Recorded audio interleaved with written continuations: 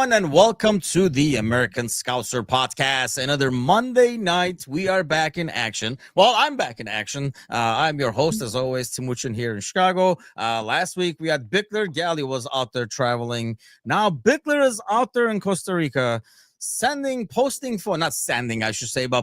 photos of animals like snakes and bugs and stuff. Not that it was on the list, but ensuring that Angie never puts it on a list of destinations that we're going to go to. So because he's in this jungle with this, I don't know if you saw the photos, but he has like this tour guide in the jungle. It's like a bad horror movie waiting to happen over there. But Gally, at least you're not on the road this week.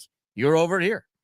Yeah, not on the road. I will say this, full disclosure, first time I ever left, I went to Canada, but before I ever left the country to go anywhere else other than Canada or Mexico. So basically, the only time I ventured past the 2026 World Cup destinations, I went to Costa Rica. My wife and I, we bought it was like at a charity auction thing, and we bought this all-inclusive, wasn't really all-inclusive.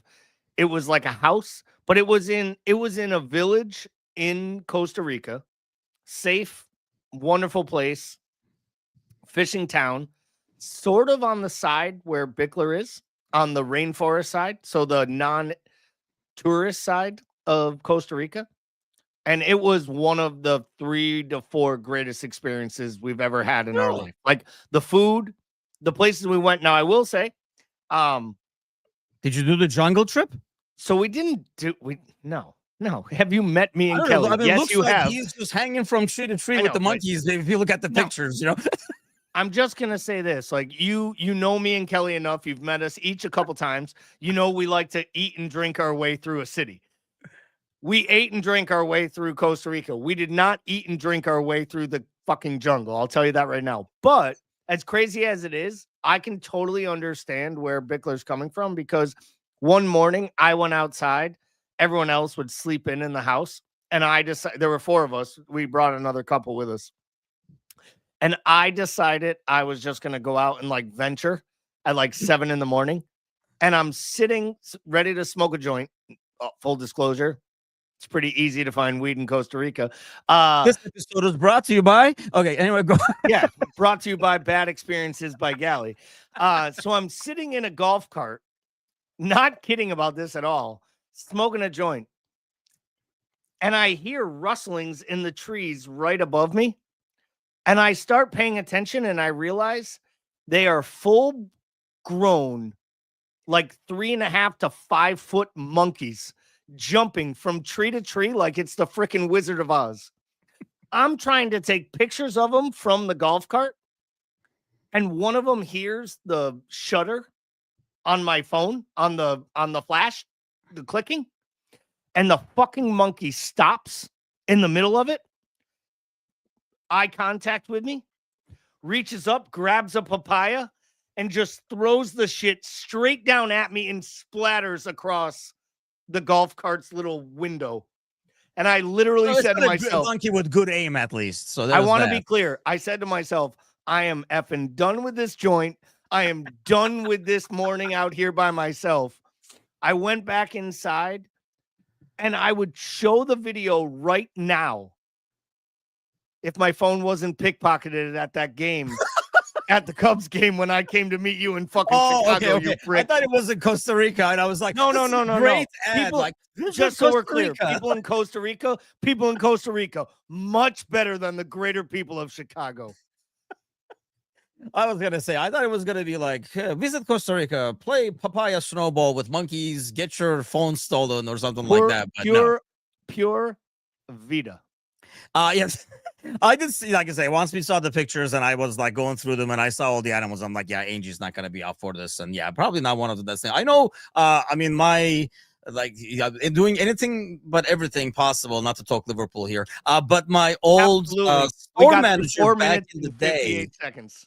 He actually moved to Costa Rica, and he was in the business of basically building homes and then selling them and stuff like that in Costa Rica. And he kind of like settled down over there. And actually, like one of Angie's aunts is planning on or fantasizing about moving to Costa Rica and living there and stuff like that? We started to look at properties while we were there. We I actually don't know. I feel like we do that in any vacation, but people have to. You have to understand, like you can go to Istanbul and you'll be like, "Oh man, the food, blah blah." But no. Once you start living in there, once you deal with traffic and stuff like that, you can go to London. Like I think anytime you go on vacation somewhere, because there's a difference between vacation mode and living mode, and you have to kind of like all you got to do in Costa Rica is look at the cars driving by and realize there is still a RAV4 with duct tape on it being reworked because cars are that expensive to purchase. Yeah, and I heard. you start to realize how difficult life is when you live in these different countries. But I will say, we met amazing people. And the house came with a dog. And I will honestly say, no, it's stupid to say it, but all properties in Costa Rica are guarded by an outdoor animal. They don't come inside. Like it's their job. Like in Costa But you Rica, have to feed it? Like you're in charge of feeding it? No. They feed it. It eats on its own. They actually ask you, don't let it in the house. Don't feed it, but recognize it is going to go with you everywhere you go. It is your guide dog. And I was like, this is stupid. This is dumb. Guy who doesn't own a dog, right? I left. It was the last day. I was at breakfast and I thought to myself, I might genuinely, like dead seriously, like genuinely try to figure out a way to bring this dog home with me to America, because I'd never fallen in love with anything in my life so quickly. Like we were in a restaurant one night. A lady comes up to me and is like, what do you think of Casa de Mana? And I said to her, oh, do you just ask any 4 white pasty people from America that they must be staying at the American's house? And she went, no, we know Luna and she's under your table. And I look under the table. The dog followed us to a restaurant and walked into the restaurant. And we had no clue she was there.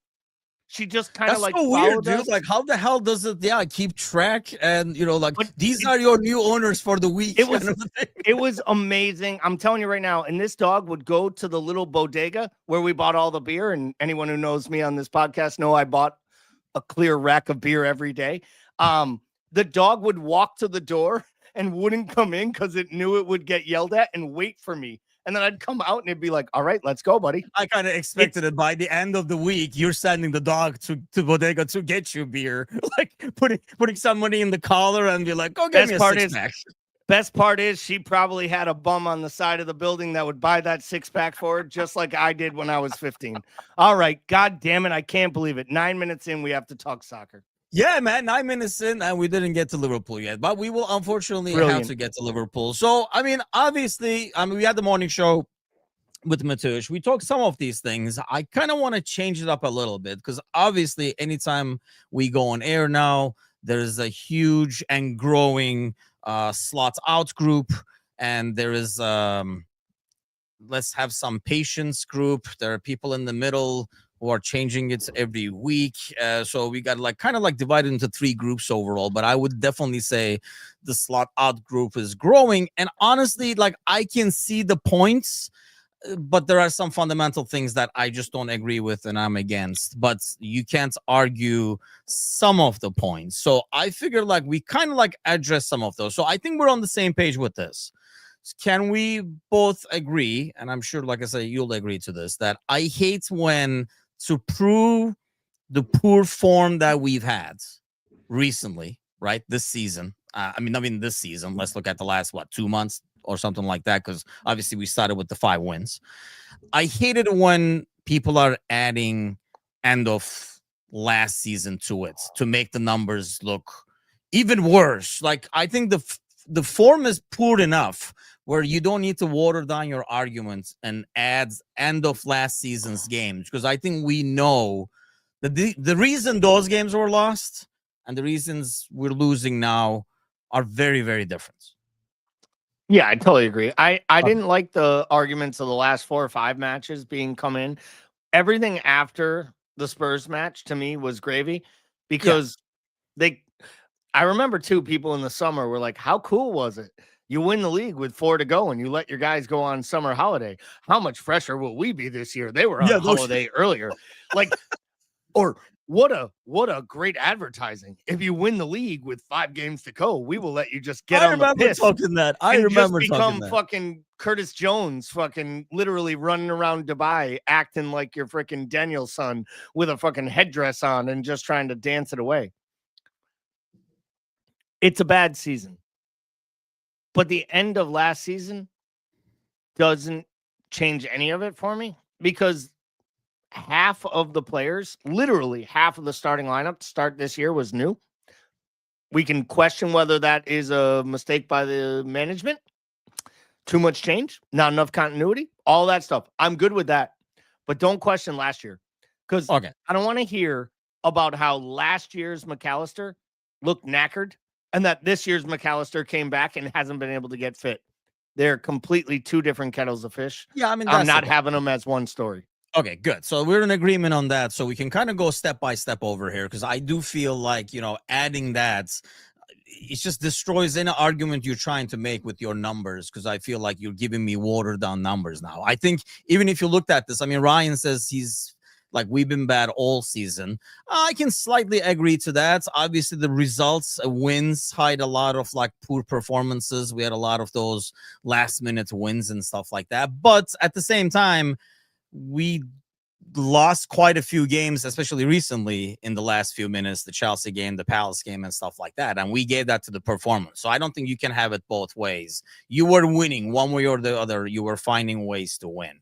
I mean, I guess my thing is, I mean, we've been slot in, you and I, for quite some time. We talked over here. But having said that, there are some parts of it that I'm finding it very difficult to defend. One being this stubbornness to play people out of position, I guess, and kind of like destroying some of the things. I thought he said, kind of like what you said. Mind you, when I said this and towards the end of summer, I was mocked because, we sign world-class players. It doesn't take that long to bet in and stuff. Because I was worried that half the starting 11 was going to change based on what starting 11s people were throwing out there. But the people, like, I thought when we went to the Real Madrid game, what was that, Villa right before, right? Villa, then Madrid, yep. Kind of got it figured out, right? Like, this is the best way to go. Let's get the old guys back in. Let's do small changes. Let's build on what we had last year. We changed too much too fast.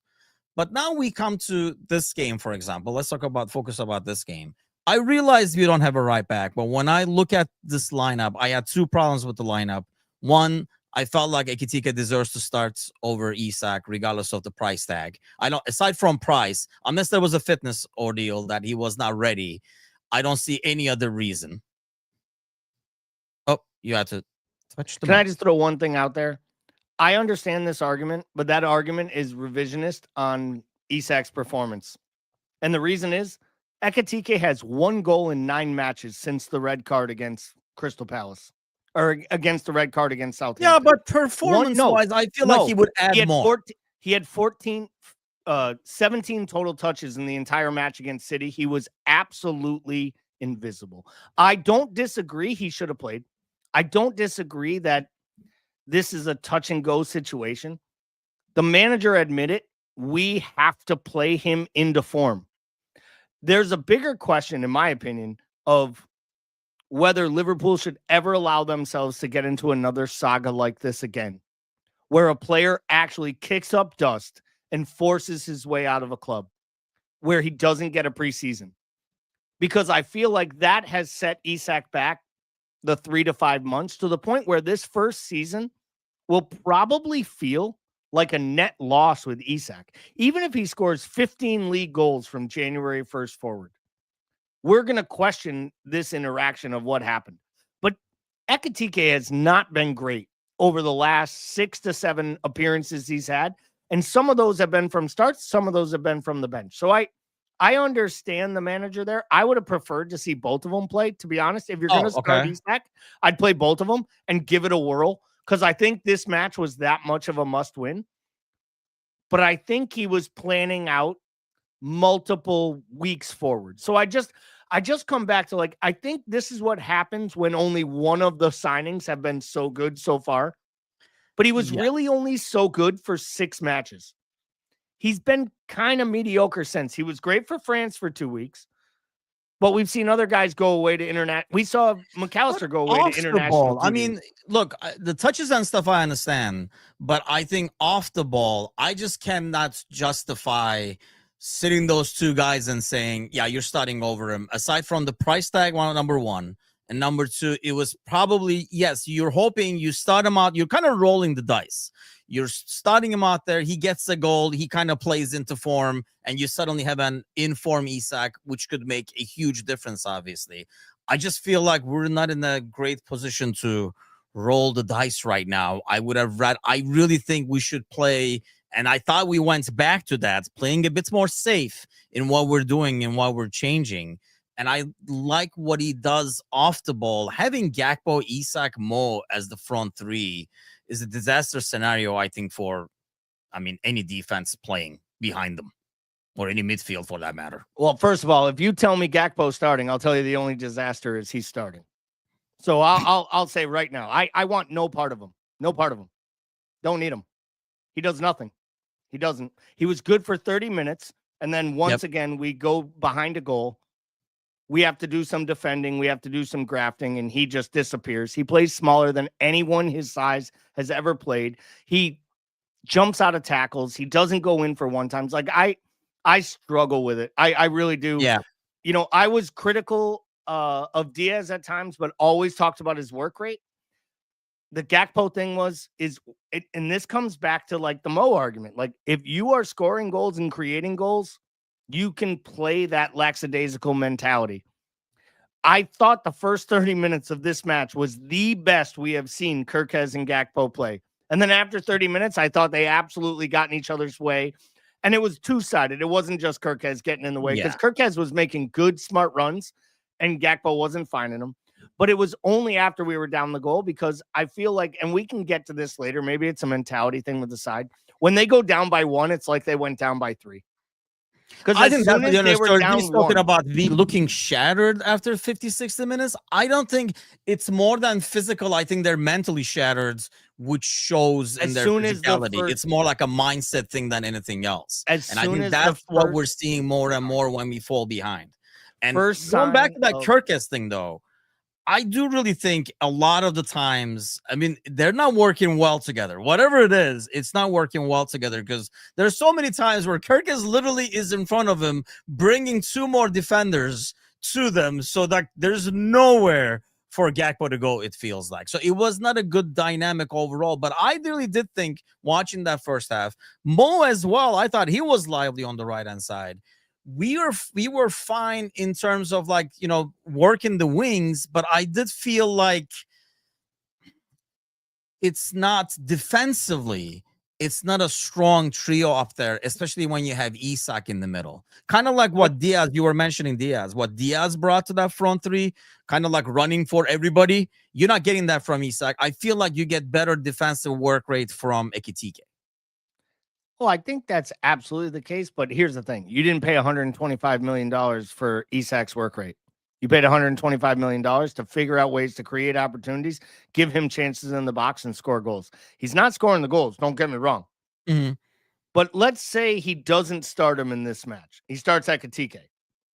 And the same result happens. It's 3-0 because we play really good for 30 minutes, but 4 balls bounce off of defenders' faces, and Szoboszlai hits a screamer that takes a deflection that could have went anywhere. And 5 times last year, it would have went into the upper right-hand corner of the bin. But this year, it goes into the cop by 2 feet to the left. If they score that first goal, all 11 players' heads drop on the pitch, and the manager is answering questions about leaving the 125 million pound striker he signed in the summer on the bench, who didn't play the second game for Sweden, who's fully fit, who's supposed to be playing. He has to play this player, unfortunately, due to circumstances. Some are control and mostly the players, but I have a feeling we had a little say in the players' methodology. Yeah. He has to play him.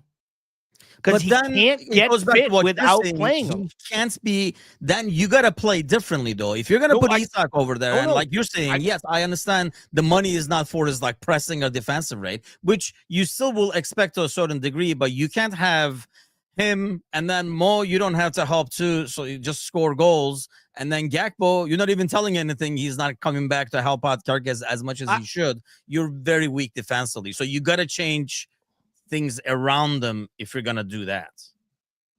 I love the chat right now because they are just doing our dirty work for each other by arguing all the same points that everyone is arguing all around the world.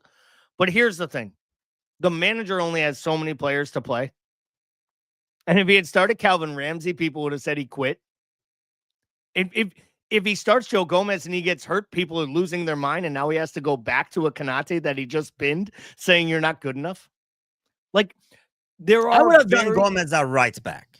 And we've talked about why we wouldn't before, but dude, I feel like desperate times, desperate measures. You got to do whatever that you got to do to win right now. That's why I would have done it. I think it's coming, but so you would have done him at right back in lieu of playing Jones and played McAllister, who was an absolute passenger once again. No, I would do McAllister, Gravenberg, and Szoboszlai because the familiarity makes all of them better.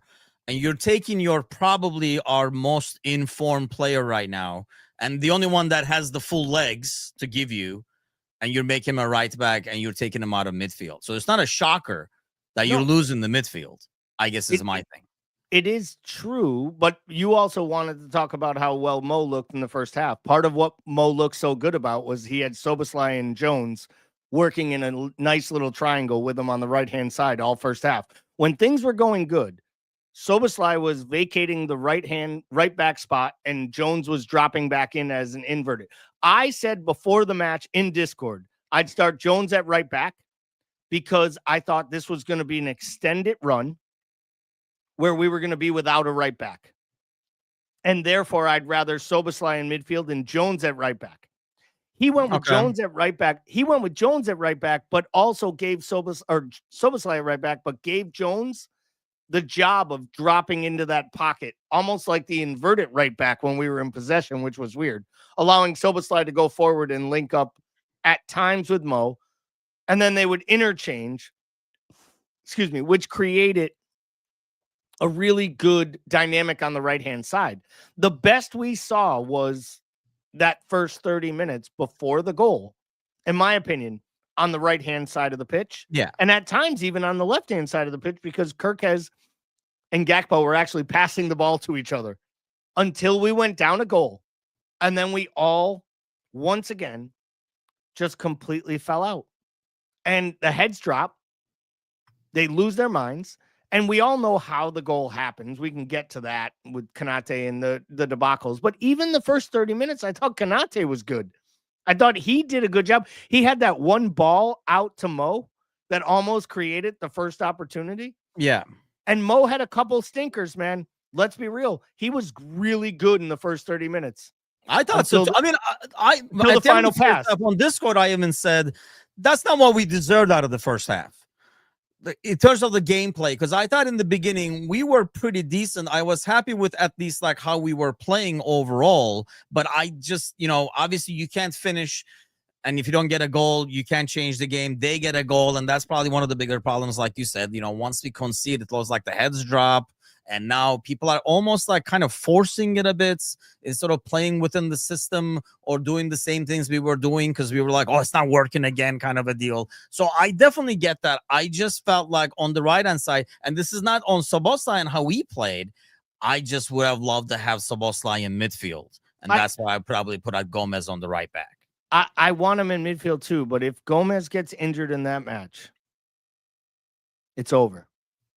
But I mean, here's my thing. At this point, you're already heading towards this over. But we were competitive in the match for 30 minutes without him on the pitch. And here's the thing. He didn't train on Thursday or Wednesday. Manager can't play a player who can't train. Gomez hasn't played in 2.5 months, which also makes you know he's not fit enough to even give you 60, maybe 70 minutes. Now, Would I have liked to have seen him get a start at some time along the way? These are the things I think we can question the manager for his squad management at times so far. Once Leone got hurt, he went to DEFCON 5 when it came to his center backs. Yeah. Because he has 3 of them. And, I mean, the fact that he talks about Konate, Endo, and Gravenberch constantly, or I'm sorry, Konate or Gravenberch, Endo, and Robertson constantly as options at center back makes you know he is using Gomez as a absolutely desperate measures for desperate times. And people in the chat can tell me it's already desperate. It's not desperate. I hate to say this to people as much as it makes them angry. And I know Kazi lost his shit earlier talking about moving to Mars because Everton is ahead of us in the table. We are one result away from being third place in this league. Yeah, it's just we should have drew against Palace with better man management. Some on the manager, some on the players. We had a chance to draw with Chelsea, but probably deserved to lose, and we could have beaten United at home. Those 4 points put us firmly right now in third place, 1 point behind City. Or 1 point behind Chelsea and tied with City. No, but I mean, here's the thing. Don't you think for Slot, should be a bit more desperate? I felt like he went into desperate mode when we played like Villa, Real Madrid and stuff there, where he went back to a little bit of default settings. He went back to what worked before. But he had a full squad and stuff. But he had a fully fit squad. And here's the thing. Robertson couldn't play. The default settings is what I'm saying. Robertson couldn't play yesterday. Oh, no, I'm not.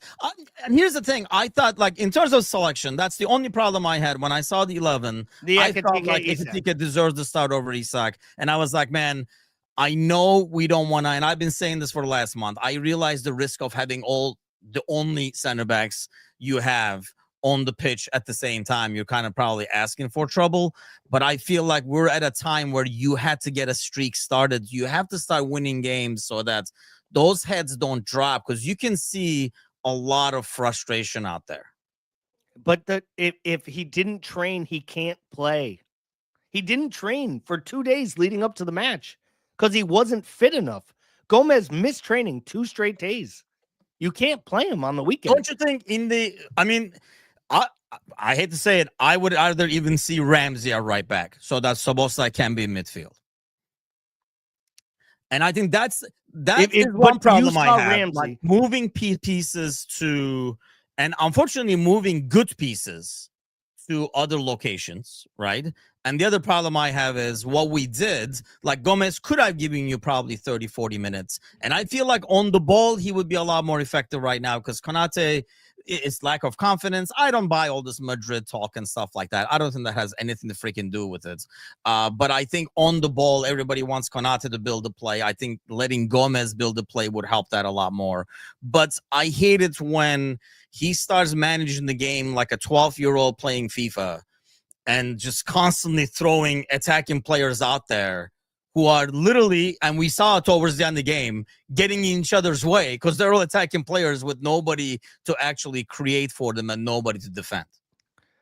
I don't disagree with you at all, but our answer was to play a guy who literally made his first appearance in 3 years against a League Cup side and couldn't give us 45 minutes without looking absolutely shattered at this level. But I'm saying in the second half, why can't you do the substitution and bring Gomez instead of pulling Gravenberch to center back, which has worked, I think, once in the last 10 times we tried. I don't understand what move the guy had to make there. If you bring in Ramsey there, you might as well No, not Ramsey there. Gomez there is what I'm saying. If he can't give you 90 minutes. This is the thing. He's never going to put all 3 of them on the pitch at the same time because you can only manage what you have to play with, and he can't go forward. If one of them gets injured, and God forbid it's the one on the left-hand side of the center back channel, if one of them were to get injured, we think it's bad now. I see people in the chat saying it's desperate, it's this, we're this.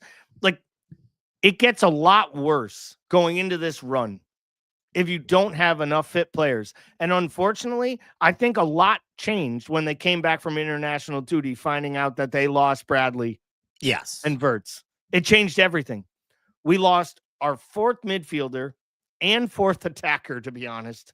And at the same time, we lost our right back, and he found out the other right back wasn't coming back for another 2 to 3 weeks.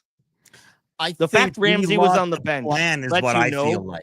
I feel like, when he said, hey, when we come back, we're going to do this. We came back, and what we were going to do, the guys were not there, is what I feel like. I 100% everybody's talking agree about what did you do the international break? I think they had a plan in mind, but when the time came, Wirtz, one of the more, not only Wirtz was not there, but then you took your other midfielder and had to put him on right back.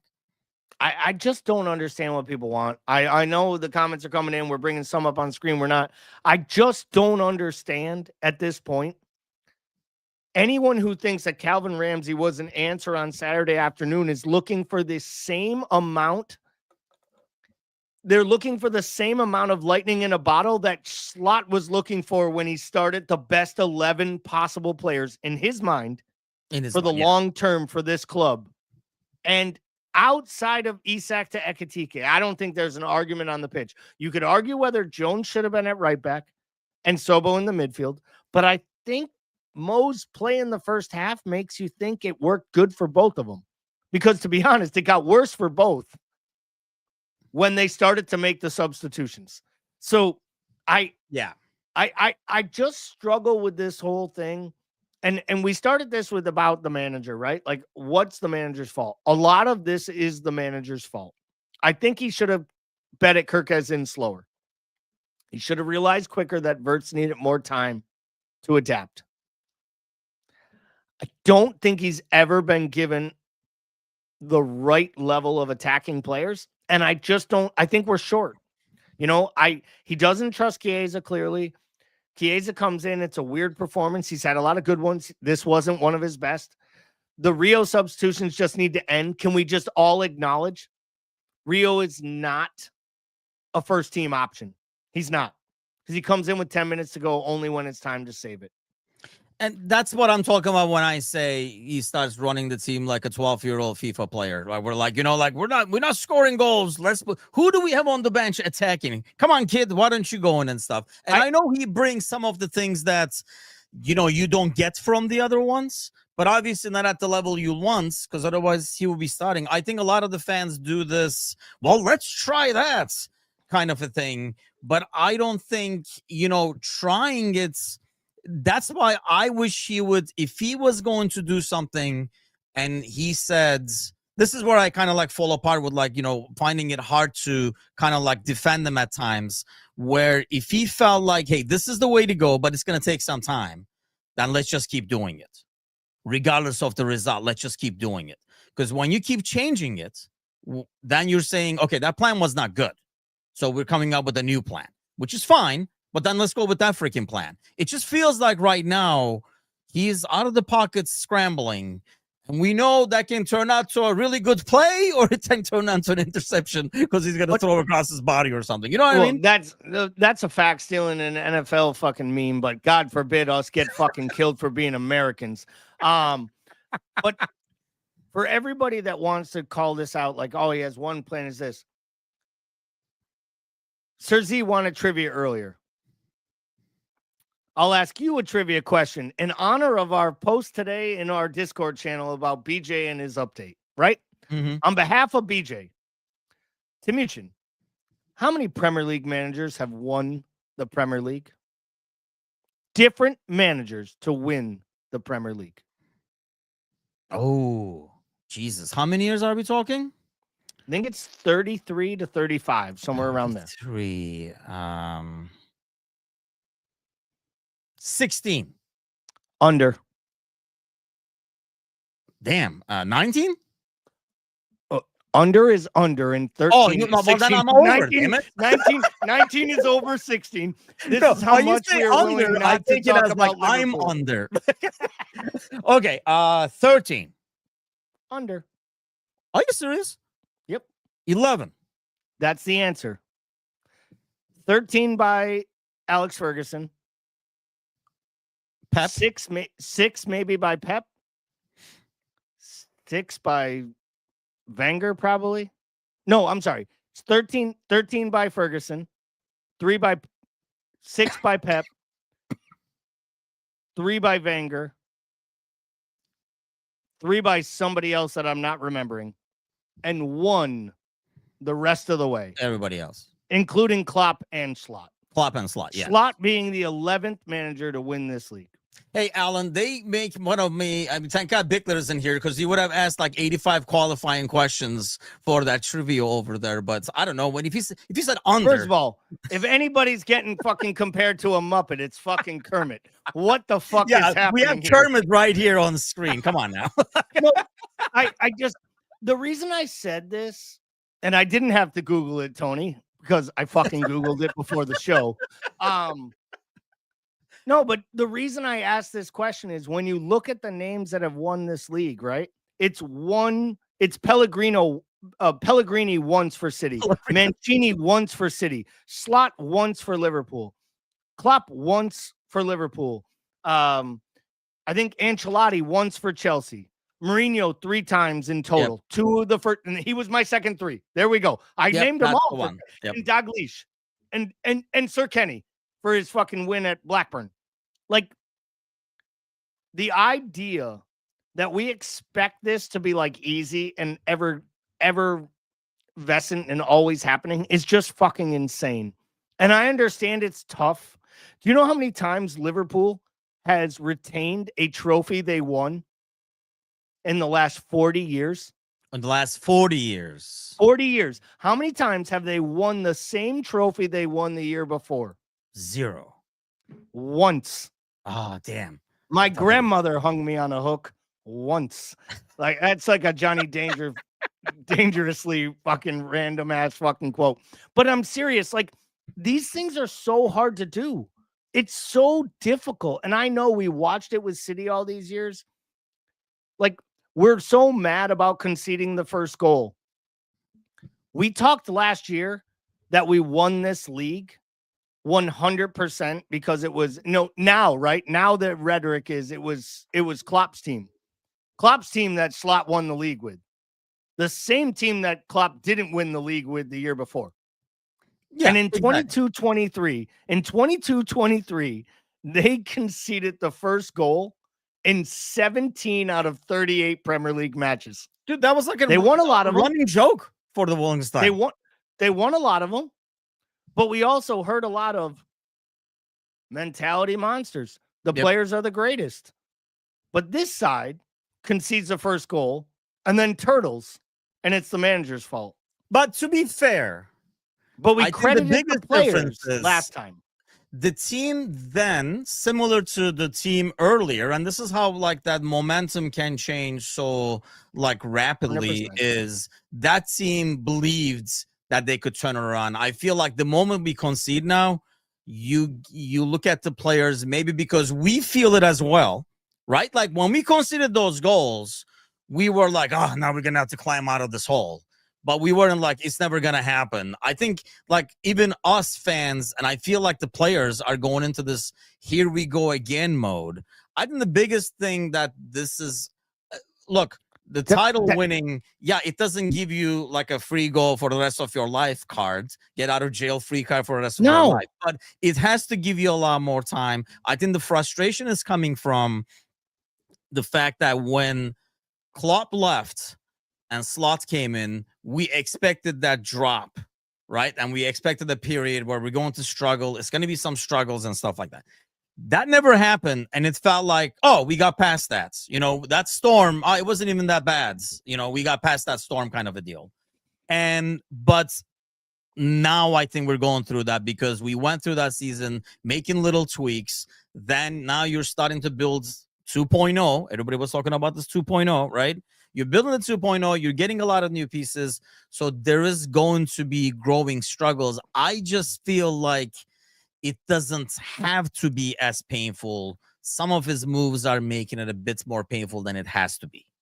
I don't think the manager has covered himself in glory from the start of this season. I think he's made substitutional change issues. I think he's had some tactical issues.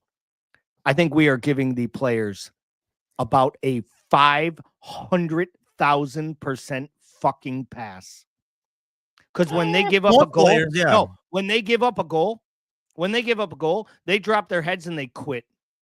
That is not on the manager. If you come out for 30 minutes and you are the best you've been in a month, like they were against Forest, in my opinion, the manager picked the right 11 and he set you up properly to play. If you have a mental mistake on a corner, which then allows 3 players to lose a ball in midfield, then kick a ball out of bounds that should never be a corner and concede a goal, that is fucking on you. They are getting a pass, and I'll be honest, I loved in the aftermath of the match that Slot and Virgil were doing interviews at the exact same time. And when they asked Slot, what do you think the players are thinking right now? He said, they're probably thinking, I need to do a better job to set them up to succeed. This is on me. I'm the leader. Yeah. And when they asked Virgil, do you feel you're letting your manager down? He said, abso-fucking-lutely. Every one of us has to look ourselves in the mirror. What happened 40 seconds after the restart of the second half is 100% on the players. Yeah, it's the biggest brain farts ever. I mean, I do not believe that a manager of his level, one who is one of 11 in the world, love my stats, I get right, who won a Premier League title, let alone one of 3 who won it in their first year as manager at a club, Antonio Conte, Mourinho, and Arne Slot. I'm just going to keep doing this until BJ I was fucking going to say, comments. you came across the stat. Don't feed it to me all night. I'm never, trust me, I'm going to feed it to you for 19 more minutes and then some more later in Discord. But the idea that he just didn't give them instructions at halftime to come out, I would have rather they went down to 10 men within 40 seconds because someone went in for a leg-breaking tackle on the restart. Yeah. Seriously, rather than what happened. Because the worst part is that team came out, a Sean Dyche motherfucking team came out at Liverpool and said, you know what we can do at Anfield on the restart? We can attack these pricks. And the right back scored a goal on the inside spot of the penalty spot, crossed by the other fullback, which basically means 7 to 8 players attacked. And our team just was like, yeah, we're okay. We have no energy. Yeah, we got to focus more on scoring. I think that was the issue when they came out. This is the problem. This team is trying to score 3 goals in every attack because they're always down 1-0. Yeah. And they're not confident they won't fall down 2-0. But when they went down, the confidence, because when we were down 1-0 before, we didn't feel like that. It didn't feel like that. I mean, the fact that, I think Sir Z was mentioning, because I was talking about it in the post-match as well. I mean, that first goal is a comedy of errors. But again, it comes from the fact that you're playing a guy who's not a right back as right back, because no right back does what Szoboszlai does there, and then Konate overreacts and panics, and then we give up a corner kick. And it's the Murphy's Law. Anytime you give a bullshit corner kick that you should not, it always results in a disaster and a goal. So obviously that happens. The second half, beginning of the second half, that's a brain fart again in terms of how we concede. So I think what happens is, and I get that, obviously you're not going to be able to get rid of all the players. Somebody's going to be responsible. As Slot says, he's the one responsible. I think what fans do is fans nitpick a couple of guilty parties and everybody else gets a pass. Whereas I think overall, none of the performances are good. And I realize when you have 4 guys not performing, it's going to affect the other 7. I get that. But not your attitude. It might affect your play, but it does not affect your attitude. So it does not affect how much pressing you do, how much the other guy is not making you run less. If anything, he's making you run more because he's not running. Whereas I feel like overall, it's like the downing of tools, it's just the drive doesn't feel like is there. And that's not on anybody. That's like a group collective thing. But then having said that, that's not allowed on Slot at the same time. This is a guy who yanked people. Has to be. Instantly. It's on him. It is 100% on him. But here's the difference for me. The blame isn't on him. The responsibility is on him to fix it. Yes, good point. Yeah. So, For me, I think players play, leaders lead, both on the pitch and in the dressing room, the back office, on the training pitch. There is no question that there is a difference in Slot and his mechanics as a top-level manager this year compared to last year. He also had a lot more thrown at him this year than last year. I don't think he shied away from it. I don't think his directness and the way he handles the media has helped him, where I think Jurgen would have been a lot more combative during all this. I think he would have been fighting media to change the story. So at the end, they wrote articles about the dick in charge because he knew he wasn't going to get fired. Well, maybe Slot doesn't know he's not going to get fired, so he's balancing the level of dickness, or maybe he's just Dutch and he only has so much dickness that can be seen.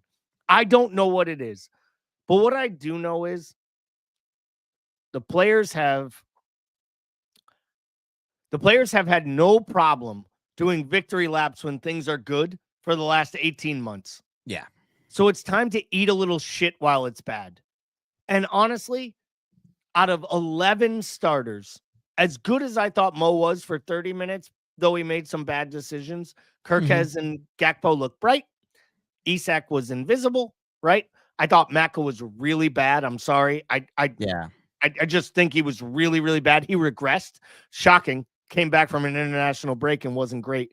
Gravenberch, also not good. Ducking out of tackles in the middle of the midfield. His defensive, it's been so bad. Positional awareness and 5 responsibility has gone down. About 5-6 matches now, I'd say, right? Since he had that one match he missed for the injury, I don't think he's been the same. And when he's ducking out of tackles in the middle of the park, like, that can't happen if you're shying away from like 1v1 challenges. Look, I understand it's hard. The only player out of the 11 who started, I'll say this, the only player who played on Saturday for Liverpool that, in my opinion, can't have any shade thrown their way is Alisson. Because there's nothing he could do, in my opinion, on any of the 3 goals. Yeah, I mean, I think he's hung out to dry on the 3rd one. And Robertson isn't great on it. I don't think it's all his fault, but he's not great by any means. He just comes on the pitch. It's tough. And look, it's a bad look when supporters are leaving Liverpool in the 78th minute, but I don't blame them. It's hard to get a goddamn train out of Liverpool at that time of night on a Saturday. No, we can all laugh about it. It's not easy. Give me something to, to support and drive. And I think that's why you don't see the fights. Correct. There was nothing at 1-0 that ever made me believe we were going to get the first goal. At 2-0, I said, if we get one within 10 minutes, we have a shot here to at least get a draw. Same. When it got to 75 minutes and we were still down 2-0, I thought to myself, this is fucking dead. We're bringing on Chiesa in the midfield and Rio in fucking left wing. Yeah. And then Rio doesn't know to track back, but I can't really defend it that much because Gakpo sure as fuck wouldn't have gone and defend it. So he would have left Robertson out to dry as well. And I don't understand. I don't understand some of this, obviously. I think the gay he missed in the summer was really, really big, and maybe it will be proven if they really do sign him on January 1st. True. But I'll say this, if the rumors are true and the gay he deal is done and he's coming January 1st, then I'd play Joe Gomez every minute from now to fucking then. Because if he gets hurt, I'm not as worried. Because at least I have somebody to fucking play. Obviously, that's my thing. Like, him not playing that, because it was... almost makes me think he's not coming. If you circle January 1st, I'm like, incoming center back, and put that on the calendar, like, old school. In the old days, where you had to circle the number, kids, you had a paper calendar on the wall. But anyway, so... you didn't have the notification alert. But yeah, I mean, if you mark that, I think you would be taking a lot more risks. And I know we're going into a period where you're going to have games every 3 days and stuff, but still, I just think ultimately it has to be a lot more about just got to find the starting 11. And I don't know, like, that's what I was going to ask you, because obviously the next game up, when we're here next Monday, we'll have played 2 games, one of them being the Champions League game. I still think in some ways you have to get a streak going, even though especially winning both Madrid games, you made this one even less important. But I think it's a lot about mindset and momentum building. Normally, if we beat Forest, I would be like, rotate the hell out of this against PSV and keep the team for West Ham. Whatever happens against PSV happens. But you got to start a winning streak somewhere. You got to get those chins up. And I think the only way to do that is score some goals and get some wins. Yeah, I don't disagree with that at all. I would love to see it. I don't think it'll happen. I'd love to see Isak and Ekitike start this match. Now, I think you have to manage those minutes because here's my argument. If you start Isak against Forest because you have to get him minutes to get him fit, then a Saturday to Wednesday turnaround should allow you to start that striker again to get him more minutes to get him fit. He has to play, man. So you'd rather when did he come out? Was it like around like 60 or so, 65, 70 he came out? Yeah, he gave you 65, 70. So if he gives you 60 more, and then maybe you don't even start him against West Ham and you give him 30 minutes there and you start Ekitike and you start Gakpo. I understand everyone's going to say Gakpo's got to start because it's PSV. But Gakpo got to start last year with a bunch of fucking Scribinis. And he scored the goal and he got his big clapped off appearance, right? Yep. No, but he got his moment at PSV. So I don't think you need to emotionally automatically start him just to start him. If you want him to start against West Ham, I think Gakpo should be your sub from the bench. I think I would start. I mean, I would probably start Chiesa or even Szoboszlai and Jones in like a 4-man midfield and go with the 2 up top. But I would start Ekitike and Isak in this match with the eyeballs on Isak starting or Ekitike starting against West Ham on the weekend. Because it, to me, the most important thing, someone said it in the chat earlier, we are in good position in the Champions League. The most important thing is still finding a way to get into the top 4. And as much as we want to lose our heads about being in 12th place, we are 3 points out of it. And I genuinely still believe by the end of this season, we will be in the top 3 because we are one of the best 3 teams in England. I genuinely believe at the end of this year, we will probably at this point finish 3rd behind City and then Arsenal. And I've been laughed at for the last 3 weeks, 4 weeks over here. I still think this team goes really deep in the Champions League and can win it. I really do think so because the quality is there, and I do feel like it is going to come together. The thing is, though, you have to get a few wins back to back and get some kind of like a momentum going. And I think, so the schedule helps. That's the only thing. The schedule is there to be able to do that and build the momentum. And then maybe we go back to we go to AFCON then and we do that formation that we've been talking about on the Monday nights for the last freaking like 2 months in terms of what the future of Liverpool will probably look like. But of course, all this depends on who is healthy. I really do think we had a totally different plan going into this weekend before finding out you have no right back now and no Wirtz. Yeah, I think, honestly, you know what our plan was? And this is what's fucking scary. Our plan was Connor Bradley playing a lot of minutes, which has never been proven to be something that can happen. But, like, I'll ask you, Tim, if you were the manager, if you were Arne Slot, who are you starting at the heart of defense? Who's your back 4 against PSV? PSV, Robertson, Van Dijk, Gomez. Damn. Jones, maybe? Sadly, he would probably do Szoboszlai, but Jones, I don't know about Endo. No, it's not Endo. Endo is the answer if you find a way to get a lead and you want to give 30 minutes off to a midfielder. Yeah. That's the answer for Endo at PSV. Where then you shift Jones back to midfield or whatever you got to do. Where I was saying, or you put him at right back. I'd actually start Kirkez, and here's why. I think Robertson is more important in the league against West Ham because I think we need a league result. We need 3 points on the road. And I think Kirkez just gave you his second best performance, if not his best performance, all season. Because I thought Kirkez was actually good for the whole time he was on the pitch. I think it fell apart And I understand you're going to say, oh, he got in the way with Gakpo and this and that. But that's when I feel like Gakpo started to try to do too much for himself because he wanted to score both the goal that would draw the game level and the goal that would take them ahead in one shot. I think you play Kirkez off of that performance because I also think you really need Gomez in the Premier, or you need Robertson in the Premier League. I think I would start Kirkez on the left. Okay. Virgil in the center back. As crazy as this sounds, I would start Konate at center back, and I would start one of the midfielders at right back if you're not willing to give Ramsey a run out. Then I'd bring Gomez on maybe for 30 minutes at either center back or right back to get him minutes in his legs with the idea that Gomez is your right back against West Ham, because I think the Premier League wingers and the talent you will see from West Ham on either flank is going to be greater than what you're going to get against PSV. And PSV's form hasn't been great in Europe. And I think you almost need that defensive stability against West Ham, because this isn't the West Ham we all laughed at early in the year. And this is my sliding doors moment from last Friday with Kazi on the morning show.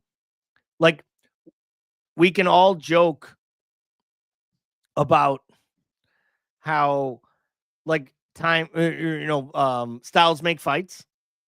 Sometimes timing makes approach, because Arsenal got to play Nottingham Forest with Ange and West Ham with Graham Potter.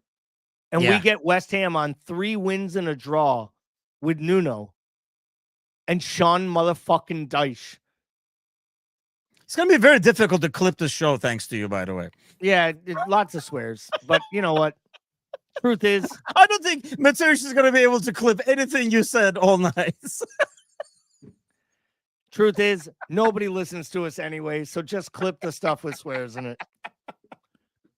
But I mean, if you really think about it, though, that point. I do buy that point with the Kirkes thing. I'm not saying it's the best way. You decide what you want to go this weekend and figure out what's going to happen the rest of the way. But early prediction before we head out for Wednesday, score-wise? Actually, you know what? Do both of them. All right. We are going to beat PSV. I don't know that I'm going to be as confident as the scoreline predicts. I think we're going to win 3-1. I don't think it'll be great. I don't think it'll be beautiful, because I think it's going to be a makeshift team with a lot of rotation. I'm going to say we win 2-1 at West Ham. And it's the galvanizing moment of the entire campaign, because we win a tough game on the road. But we have to score first in both games. If Liverpool scores both first in both matches, I honestly believe they will win. If Liverpool does not score the first goal until I'm proven wrong, I don't believe they can, because I believe these guys right now are shattered to the point where the whole mentality monsters. We can blame the manager. We can say the head of the spear. We can say all these different things. Players play the match. And if players down tools after giving up a goal and don't think they can win, they never will. And it's not anything the manager can do, because the manager never prepares you to give up the first goal. You have to prepare yourself for how you'll respond in that spot. I mean, if it was the manager, we probably should have gotten rid of Klopp too, because like I say, we talked about that for a long, long time. It was the running joke. So if the first goal being considered is on the manager, that's a lot of like a revisionism going on over there for one. Deluded Steve is living up to his name. 7-0 there, 5-0 I'm here. loving it. Yeah, the positivity is there. But of course, you have Sir Z to balance it. So because, we're not winning again until Boxing Day. Reporting live from hell is Sir Z. So, but I don't think that's happening. I predict a 4-1 against PSV.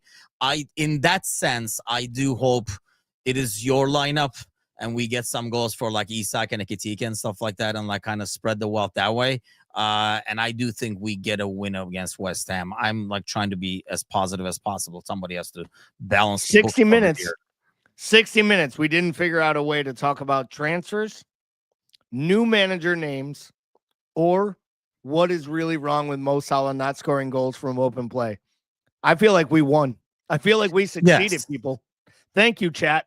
Yeah, PSV haven't lost in 7 games. Come on, Sergi. Like they're playing. Who are they playing? I mean, yeah, I don't think so. I mean, that's just that's the only thing. I almost feel like we like lost in Sergi is 5 almost games. enjoying the misery. Some of these fans, like They some of all you guys, are. enjoy the misery. It's the people from England. I hate to say it. We love all of you in the chat, but every one of you who grew up in England understands why to be so miserable. And I apologize that it rained so much in your childhood. I really do. Yeah, it's just what I feel like. Look, it's brutal, and that's why I don't like it when like we go all the way back and add March. That's why I wanted to start with that before we even started the arguments. But I know it does not look good, and the form and everything. But look, the potential and the team is still there. I just feel like, and I do believe in the manager in the sense that I'm not going with he lost the dressing room and all that kind of stuff. I think that's just basically looking at things and just trying to like come up with scenarios. Suddenly, all these news about different managers and stuff coming, kind of like how all the transfer news came out during the international break because there was nothing to write about. I don't know. But having said that, we talked about it this morning too. You're going to have to look at the next few weeks, and you can't keep losing because then you will lose. 4 to 5 weeks from now, things don't turn around. There aren't wins or better performances, players showing better performances. There is no question that there will be discussion. And Liverpool will be derelict of their duties, this being Slot and Hughes, to not be exploring opportunities should they decide they need a managerial change, because you have to know who's available, who you can get, what you can do. But between the names Areola and Glasner and Nagelsmann and all these different names, and you can come up with all the pie in the sky bullshit you want. Like, I saw someone the other day try to float. Could we get Ancelotti out of Brazil? It's like Ancelotti'd rather throw open his mouth than win a big match at Liverpool at Anfield. Like, seriously. Like, he made a career on trying to beat Liverpool. Good for him. He had a great career. Like, there are some guys out there who would be good decisions should they decide a managerial change is necessary. I would think right now would be a time where you kind of can think about, I can see in a room a conversation is happening. So what is the plan B if we have one? Correct. You might want to throw that out there right now and talk amongst yourselves in the room. But I don't think unless, like I say, because of the schedule as well, I think the schedule is very winnable. So you have another 2 to 3 weeks of this. I think that's when these noises will become really loud. And it might come to a point where it might be too much pressure to even defend. I honestly don't even know if they would fire him or if Slot would be like, yeah. So I think he'll walk. I think this will be one of those, like what they thought might happen with Amarin right before he turned the corner there. Like, in all seriousness, I think eventually if it gets so bad, he'll walk because he wants to save his own legacy for the next big job that comes up, because he has enough on the CV between Feyenoord and Liverpool to get another big job. I mean, if Ten Hag can get a decent job after what he did, I'm sure he does as well. Great point. But I appreciate everyone in the comments tonight. I appreciate everyone for helping us push through. I appreciate all the positive thoughts about what we're doing here on the show and on the channel. It's not an easy time for us. Like, we try to talk coherently and not show so much emotion. And then you guys just keep ratcheting us up in those fucking comments and just keep making it harder and harder and harder to stay positive. Like, I want to get negative and negative. I can go full out scorch earth Gally. I have it in me, people. But like, it's not 2013, 14, 15 Brendan Rodgers. Like, this is post Klopp. We won a league. We won trophies. We're still in good nick in the Champions League. We're going to win on Wednesday. We're going to win on Saturday. We're going to come back next week and win. We're going to win the following week. It's time to win, people. Just get 3 freaking points. Let's hope so. Hey, the good news is you know, we've been together for an hour and 5 minutes with no Bickler, and nobody has hit each other on the head to get a red card. So there's like, we're able to finish the podcast. That's a win by itself, Yet. I think, over here. But yet, well, that's why I'm going to wrap it up now. That'll be it for us today. The panel show will be on tomorrow night, so do join the gang then. And then obviously I'll be back Wednesday morning. Gordo is back in action, so do tune in for that. Have a great week, everybody, and we'll see you guys soon. Take care.